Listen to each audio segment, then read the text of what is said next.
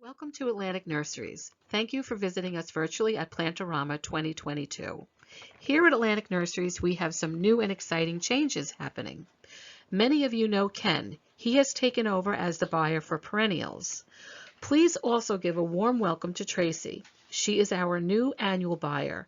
Tracy comes with a strong background with visual merchandising and color trends, also a very accomplished floral designer. At the end of the video, Ken will talk about our website. Then you will have an opportunity to ask us any questions. Thanks again for coming.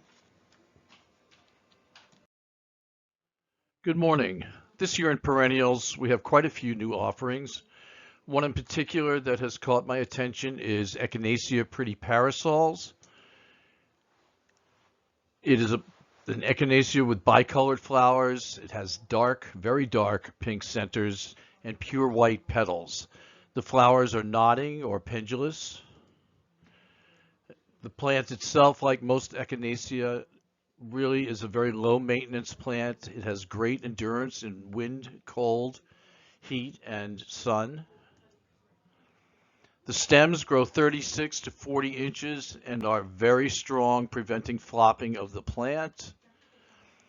This echinacea is the longest of all the flowering echinaceas. It flowers from the beginning of July into November, or about 150 days. The flowers will appear one after another and at different heights on the stems. Also, there are multiple flowers on each individual stem. It's a very hardy plant. It's a zone 4. When massed in a perennial border, it gives the impression of scanning down the beach on a hot summer day and looking at all the beach umbrellas lined up. It's quite attractive. So, Echinacea Pretty Parasols. This is the plant of the year. We have 30 new annuals for spring of 2022. One plant that really stood out for me was Citrus Limon Eureka Pink Variegated. It is a medium-sized evergreen tree prized for its variegated foliage and round fruits. When young, the fruit is covered with green and creamy yellow stripes. When ripe, the stripes fade and the rind turns creamy yellow with distinct pink oil glands. It has fragrant flowers, and when they open, they turn from fuchsia to pink buds.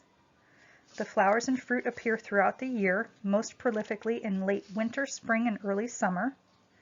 It grows 12 to 15 feet tall and wide. It's best in full sun to partial shade. It's sensitive to cold, so grow indoors in a warm, sunny location. And it is generally disease-free. Hi, I've hunted the market, making sure we have represented the newest trends as well as the best basics we can offer you. Check out our Atlantic website for info on these containers grouped by material. Within the pages of these booklets, be sure to take note of the following trends. Bring the outdoors in with biophilic design, creating a calm environment, incorporating plants and making a visual connection with nature. Sustainable materials, bold patterns and colors, focusing on greens and blues. Planters on wooden or metal stands, tiered design and mixed media. Traditional details, as well as lasting style. Quality counts with less disposable items. And last, 3D art, items with texture and depth.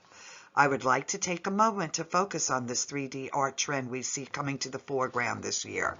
This trend can be seen in any number of different ways, from a simple trellis or arbor building depth into your space, to the texture applied to a planter's finish, such as the volcanic pots we sell, the scratched patterns shown in many of our novelty terracotta pots, or the organic patterns molded into our smaller novelty fiberglass pieces. We even cover the dimensional tile trend of today by bringing you an assortment of Spanish glazed planters and 3D hand-painted terracotta pots as shown here. No matter which trends your customer wants, we have you covered.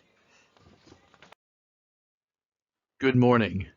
A fabulous new entry this year in woody plants is a native dogwood, Cornus Florida Raging Red. It is new to the market in 2022 and is a U.S. native cultivar.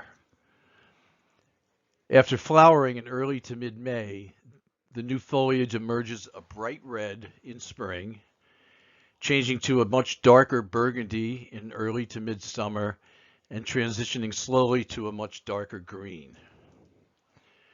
The flowers, as I said, appear in early May on naked branches, and they are a deep ruby red.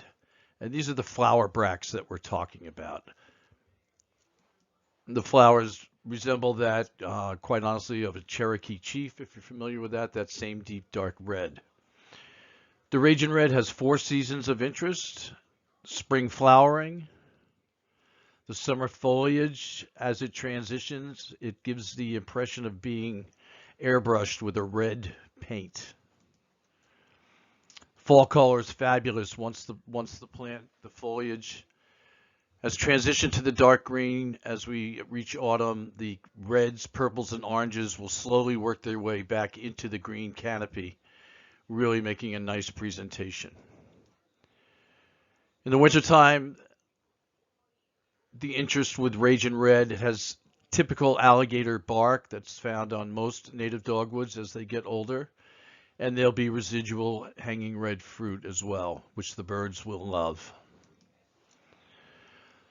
It's a great small tree for the landscape, typically 20 to 25 feet by about that same dimension. A very hardy dogwood for Zone 5. Raging Red looks good as a specimen plant in your yard, or if you have a lot of space, if you were to mass these, it would make it really, really dynamic show in both spring, summer, fall, and winter. So Cornus, Florida, Raging Red, that's our woody plant go-to for this year.